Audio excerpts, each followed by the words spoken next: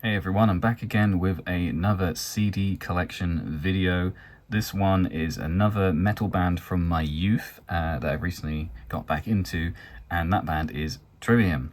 Now, Trivium were a very young band when I was first getting into metal music. It was actually around a similar age as them, and so we're talking about, 16, 17, 18, something like that.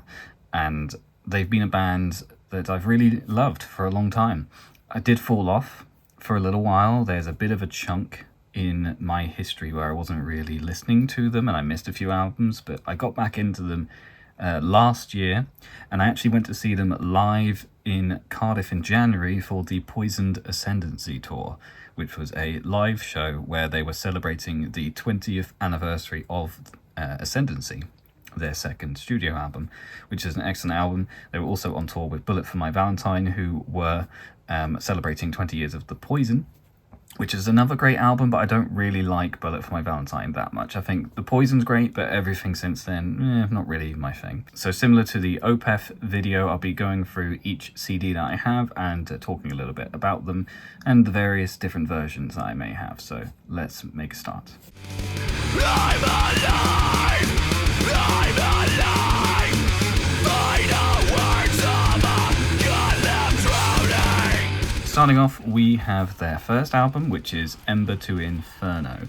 This is actually a reissue of the album. This is the 2005 Life Force reissue, as it says down there.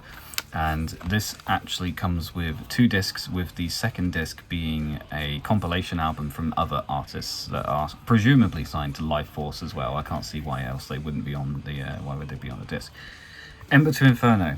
So this was the very first album from Trivium. I don't think it quite blew up as much as Ascendancy did, but there's some pretty great tracks on this one. Pillars of Serpents is a pretty popular track, and it has actually been not re-released, but they re-recorded it relatively recently, so it's pretty famous for that. You've also got things like Blinding Tears Will Break the Skies as a bonus track. It's a great song, and also you've got like the Deceived, which then ended up making it onto the Ascendancy album.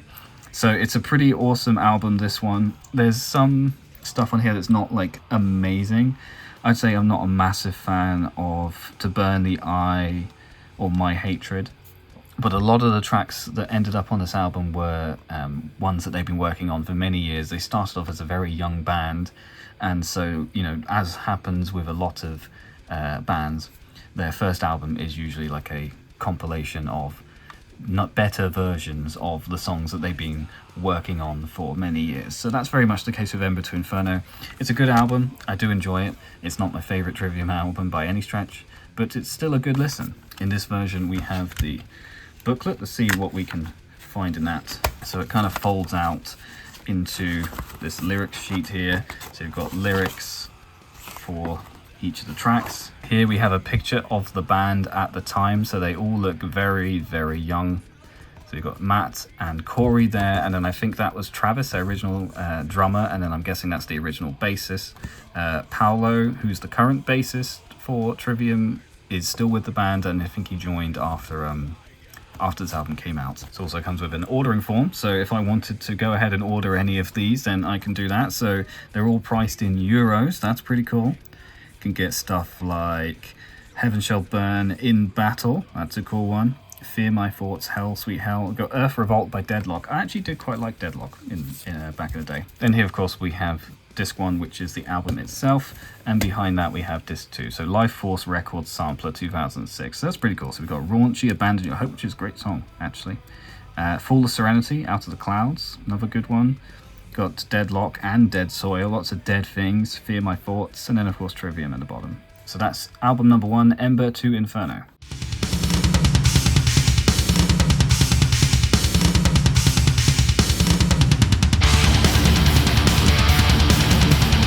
Next is the big one. We have Ascendancy. This is the 2005 album by Trivium, the one that really sort of threw them out there into relevancy.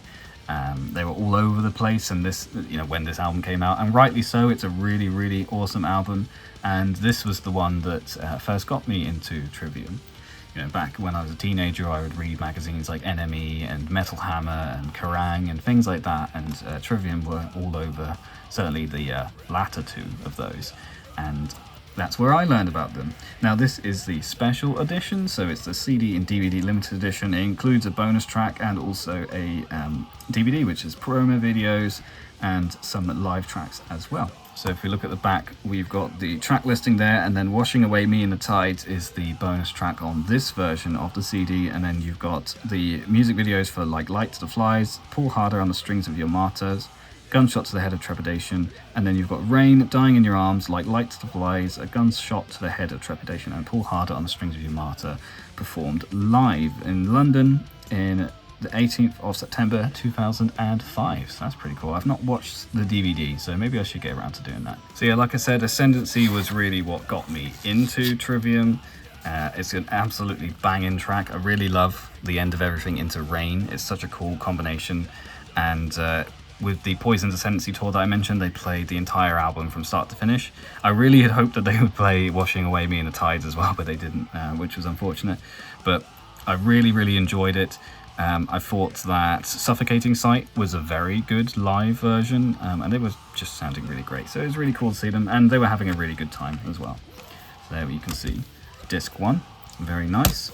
And then on the back you have the red DVD, and then a picture of the band looking decidedly more confident, I guess. And then you can see Paolo there, back when he used to have hair. Taking a look at the booklet, I guess it's just kind of what you expect from this sort of thing. You've got lyrics for each of the songs, and you've got some thanks there from the band. So that is Ascendancy, 2005 album by Trivium. Most people's favourite Trivium album because it's just a solid classic. I actually have a different favourite, and that'll be coming up shortly, but Ascendancy, really awesome album. I think if you're getting into Trivium for the first time, start with this one.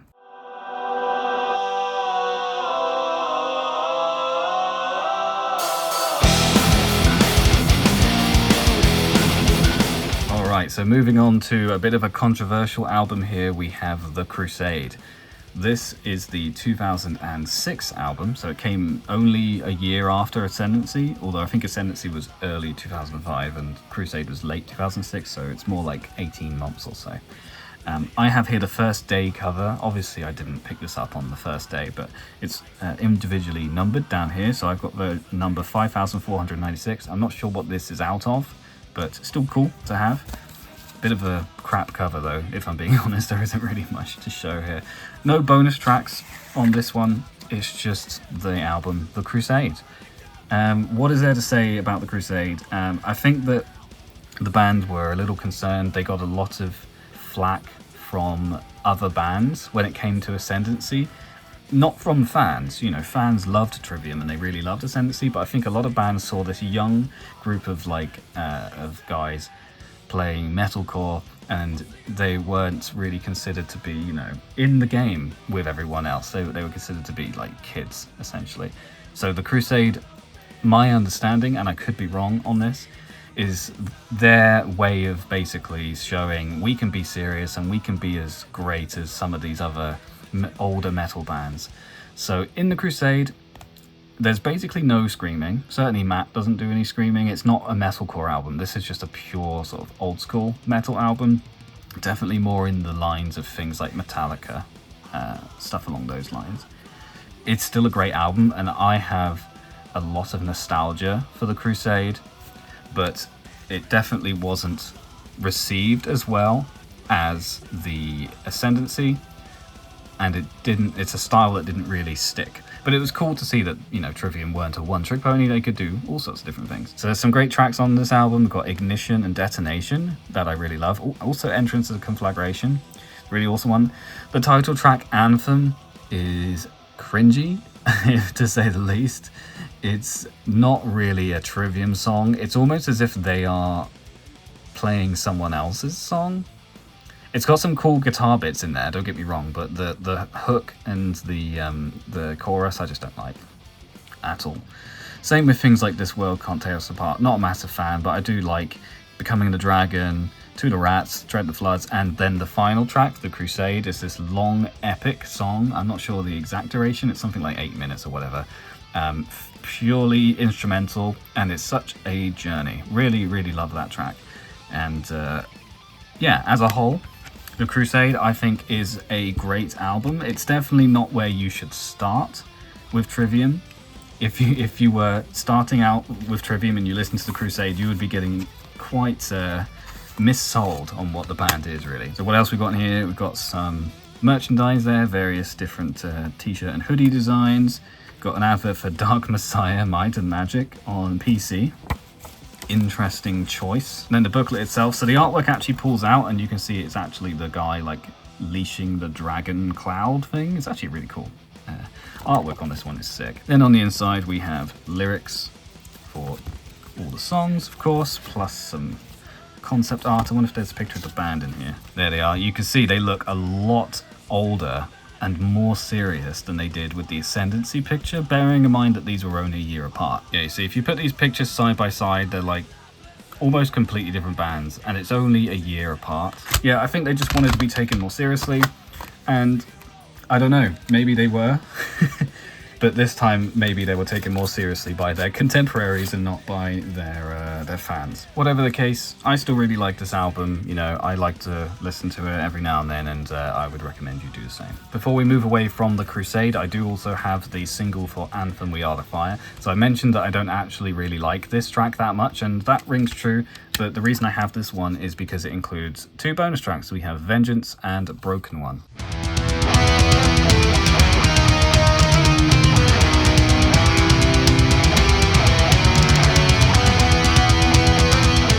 Moving on to my personal favourite Trivium album, and it is Shogun. I believe the story behind this one is that Matt Heafy actually has some Japanese heritage, and so he wanted to explore that a bit in this album, and that's where we get the Shogun symbolism. It's a really great album from start to finish. You have some excellent tracks. You've got Crusade Gomen, Torn Between Scylla and Charybdis. I'm not exactly sure if I'm pronouncing those ones correctly. Down from the Sky, Into the Mouth of Hell We March, awesome one.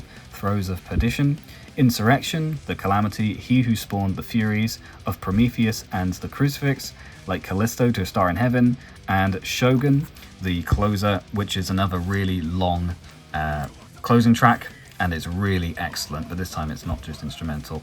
Then we have some bonus tracks on this version. We have Poison, The Knife or the Noose, Upon the Shores, and then Iron Maiden, so a cover of Iron Maiden by Iron Maiden, obviously. So we also have a bonus DVD on this one, and we have The Making of Shogun, which goes through the documentary. It's a documentary going through how the album was made, basically, and then some stuff about the riffs. Really cool album, this one. I think it's a great mashup between Ascendancy, so you've got like the heaviness and the screamy vocals of Ascendancy, but you also have the mature guitar work and songwriting of The Crusade. So I think it's the perfect blend of those two styles, and it's such a great album. So the back of the jewel case looks like, and if we go inside, see disc number 1 is this really bright red, and then this stark white DVD for disc number 2. We go ahead and have a look in the booklets. You've got this artwork on here, which is unique to this version, I believe, so that's really cool. And then we've got various imageries here looking really awesome. Some kind of like centaur dude beheading a samurai. Got different like monsters from mythology, Japanese mythology. Got the Down from the Sky. I think these are the artwork from the singles, maybe, some of these. Really awesome. It's interesting we haven't had the lyrics, we're just getting imagery here. That's a classic, that one. And we've got more red stuff. And we've got the dudes, yeah. Interesting booklet. I'm surprised they didn't have the lyrics in there, but I much prefer that. It gives you an idea of what they were going for, the sort of imagery they were going for. Honestly, excellent album. I would have Shogun at number 1, and probably I would have Ascendancy at number 2. Just solid all round. I would definitely give this one a listen.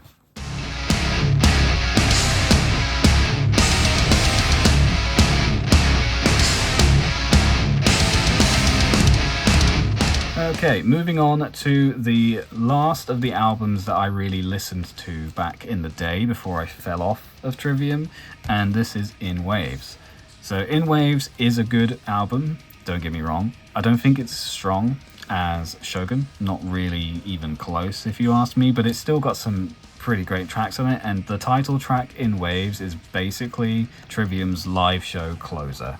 It doesn't really matter, you know, where you see them live, they will probably play In Waves. So this album came out in 2011, 3 years after Shogun, and this version includes bonus tracks, 5 bonus tracks, which is kind of crazy, and also a DVD. So this version of the album is quite interesting because they added in bonus songs within the track listing that aren't in the main album, which is a bit strange. I understand having bonus tracks at the end if they are songs that were recorded during the same session but didn't quite fit the theme of the album, but having tracks that are mixed in with the album itself is a bit weird.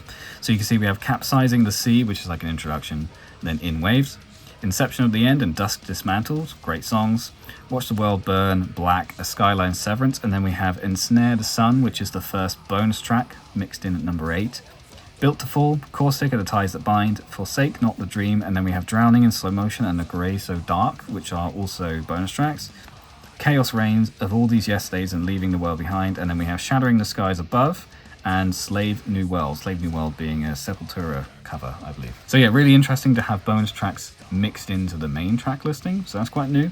And then on the bonus DVD, we have In Waves, live from Chapman Studios, so I believe this is a bunch of live songs that are played, so that's cool. And then we have the documentary and the music video for In Waves as well. So I've not looked at this DVD yet, I really should, but it's a really cool package actually. I do like these kind of gatefold digipack type things. I think In Waves is just a lot heavier. Basically, it's just straight up, you know, it's metalcore but much darker. Maybe I'm not very good at describing musical styles, especially when it comes to metal, but it's just heavier basically than Shogun. So if you're into that, that's great, and I am into that sometimes, but I think Shogun walks the line a bit better. This one's just a bit more raw, but it's still got some really great moments on the album. Got disc number 1 over here, of course.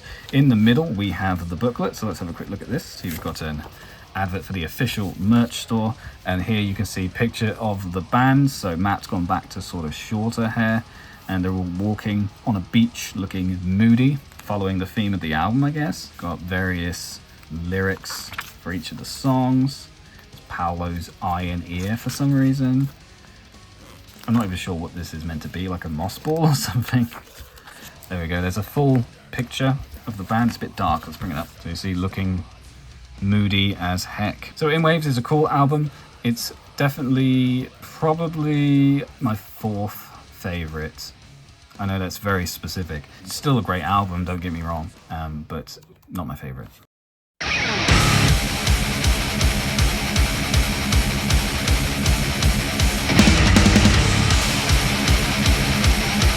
Alright, so now I'm going to probably upset a bunch of people. We have Vengeance Falls, and if I'm being honest, I'm not a big fan of Vengeance Falls. I don't dislike it, and there are definitely some great tracks on it, like Strife, I think is an awesome track.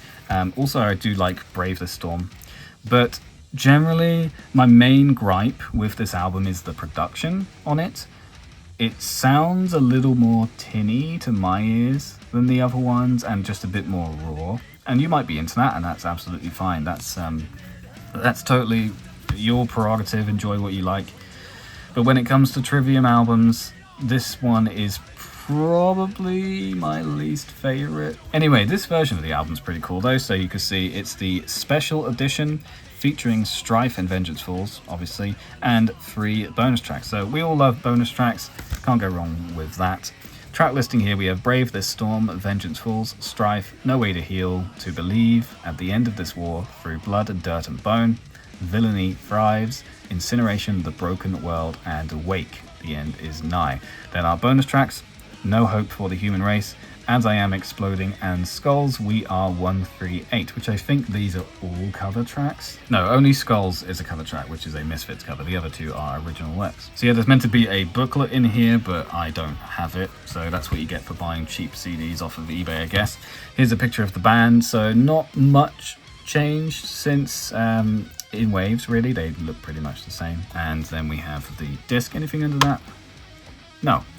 So it's my least favorite album to listen to, and it's also not a very interesting album to look at. Yeah, not much more to say about Vengeance Falls. I do listen to it every now and then, and obviously I listen to some of the tracks mixed in, but if I were to choose, I probably would go for a different one. Okay, so just to explain before I go on to the next album, I kind of fell off listening to Trivium at this moment.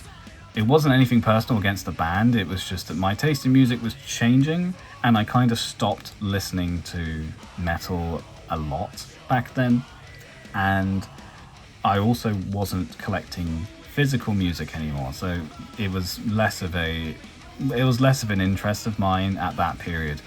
And it was only recently that I got back into it, and I think this one is actually great.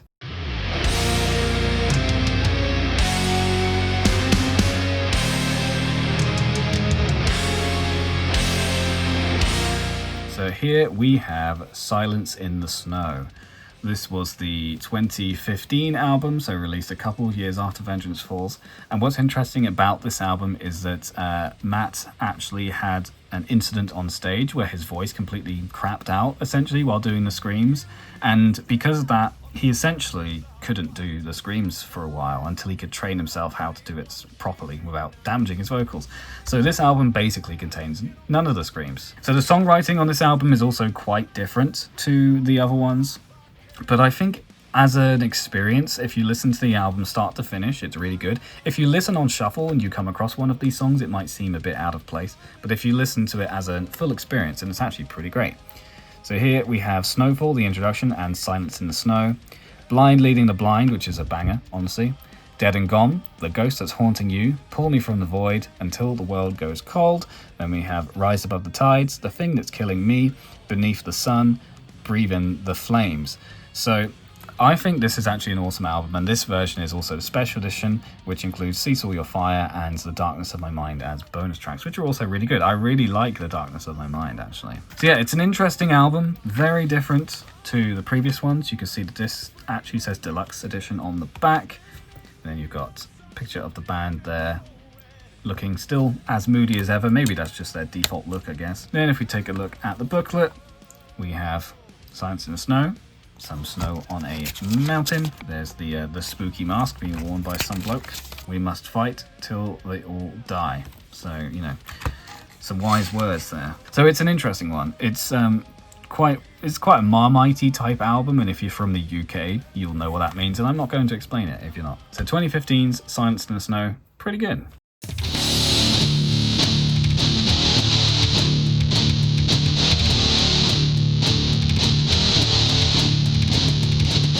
So next up is an interesting one. It's Ab Initio, I think is how it's pronounced, which I believe means from the beginning in Latin. Basically, this is actually a re-release of Ember to Inferno. So you can see here, disc 1, Ember to Inferno. The weird Trivium logo on this one, it looks like it says Triviut, so I'm not sure what they were thinking when they did that. But yeah, essentially this album is a celebration of Ember to Inferno and the band's forming. So on this album, compilation album, we have both one disc which is Ember to Inferno and a second disc which is all of their original demos before the first album. So famously, Trivium actually released 3 main demos before Ember to Inferno. They had the red demo, the blue demo, and the yellow demo. And this album contains all of the songs from those demos, which is really cool. So Pain, Thrust, and Lake of Fire were from the red demo. Then you have To Burn the Eye, Requiem, Fugu, and My Hatred, as well as I think The Storm Sworn and Demon, which were all from the blue demo, so quite a lot on that one. Less of a demo, more of an EP, I guess. And then you have Light As Flies, Blinding Tears Will Break the Skies, and The Deceived from the yellow demo. So it's really cool. This actually, we say in birth, just an Ember. See, disc 2 is Ab Initio. And so it's really awesome to have a version of the album which includes all of the demo tracks. It's something that's I wasn't expecting. You see, we've got Ember to Inferno's lyrics here. And if we come into here, we've got the Ruba red demo lyrics, Flavus yellow demo lyrics, and then Carulius, which is the blue demo with many more tracks. So yeah, it's really interesting to hear what they were like. It's crazy to think that even as young as, I think maybe 14, 13, they were playing this metal, and it sounds really good for the age, really. And it's awesome of them to re-release these demos, because these were like floating around on LimeWire and things like that back in the day. So it's nice to have an official release. So that's Ab Initio.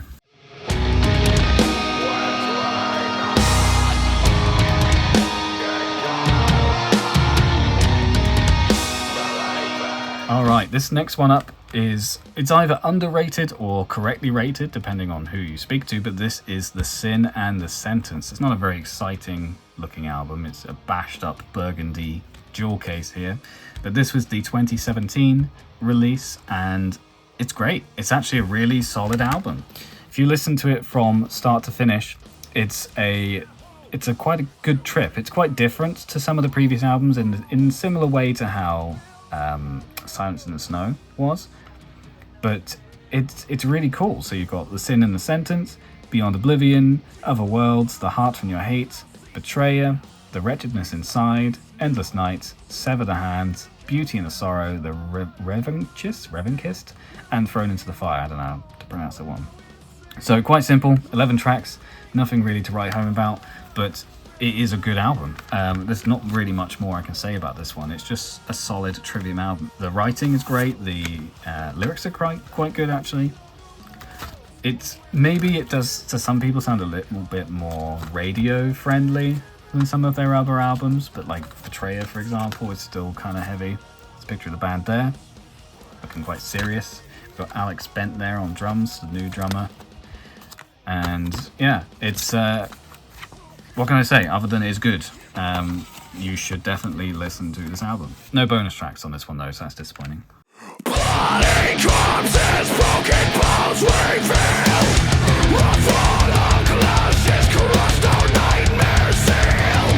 Then from 2010 we have What the Dead Men Say, another album which kind of blends together with The Sin and the Sentence. A lot of these middle albums are a bit like that, but actually again it has its own sort of style. It's similar to Sin and the Sentence, but it's pretty cool. So here we have 9, which is the opening track. It's like instrumental. What the Dead Men Say, the title track. Catastrophist, Amongst the Shadows and the Stones, Bleed Into Me, The Defiant, Sickness Unto You, Scattering the Ashes, Bending the Arc to Fear, and The Ones We Leave Behind.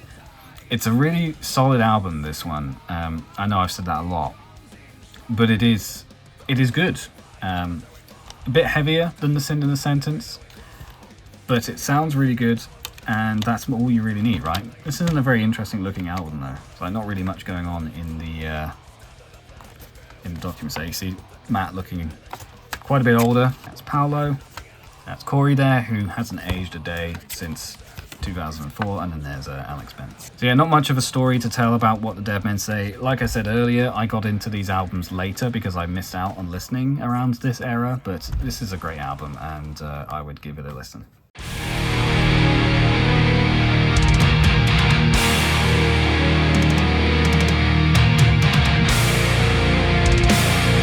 Finally, we have In the Court of the Dragon. Now this, I can get behind. I really like this album. It has some really great highs, but it also has some lows in it. So it's kind of a weird one. It starts really strong and it ends really strong. The middle's a little bit middle, I guess. But it's really cool. I really dig the artwork on this one. It's like a Roman thing, but with dragons. It's really awesome.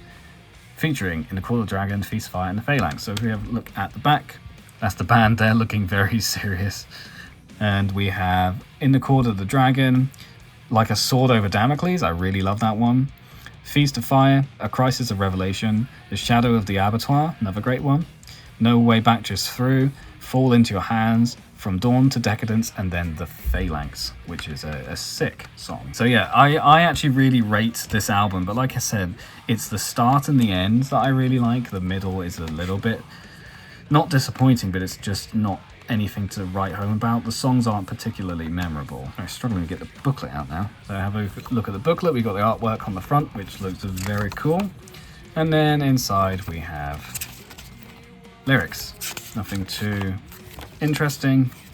just words on a page. So that's In the Court of the Dragon. This one actually came out in 2021, so it was only a year after What the Dead Men Say. I think it's more like 18 months, something like that.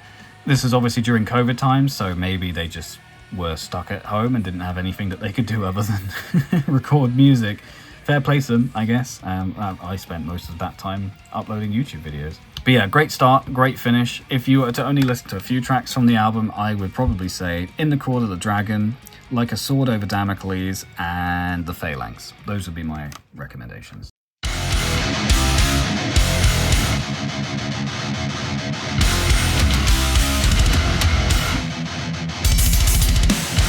Trivium didn't really release anything for a while after In the Court of the Dragon, and they just released an EP just the other week. It's called Struck Dead, and this is where I would put it if I had one. They haven't released a CD version for it, which kind of sucks. I think it's on vinyl, but it's not physically on CD, so maybe they will in the future. It's a 3-track EP. It's actually a great EP, and it sounds really good. It's like it's one of those we're so back moments where they're sounding better than they have in a long time, and people are really excited for new music that they release. So am I. I hope they can keep up the momentum. So that's my CD collection for Trivium. I hope you found this interesting. Let me know if there's any oddities that I've missed. I don't have as many of the weird things with Trivium as I do for Opeth, for example. So yeah, let me know down in the comments. But till next time, thanks for watching.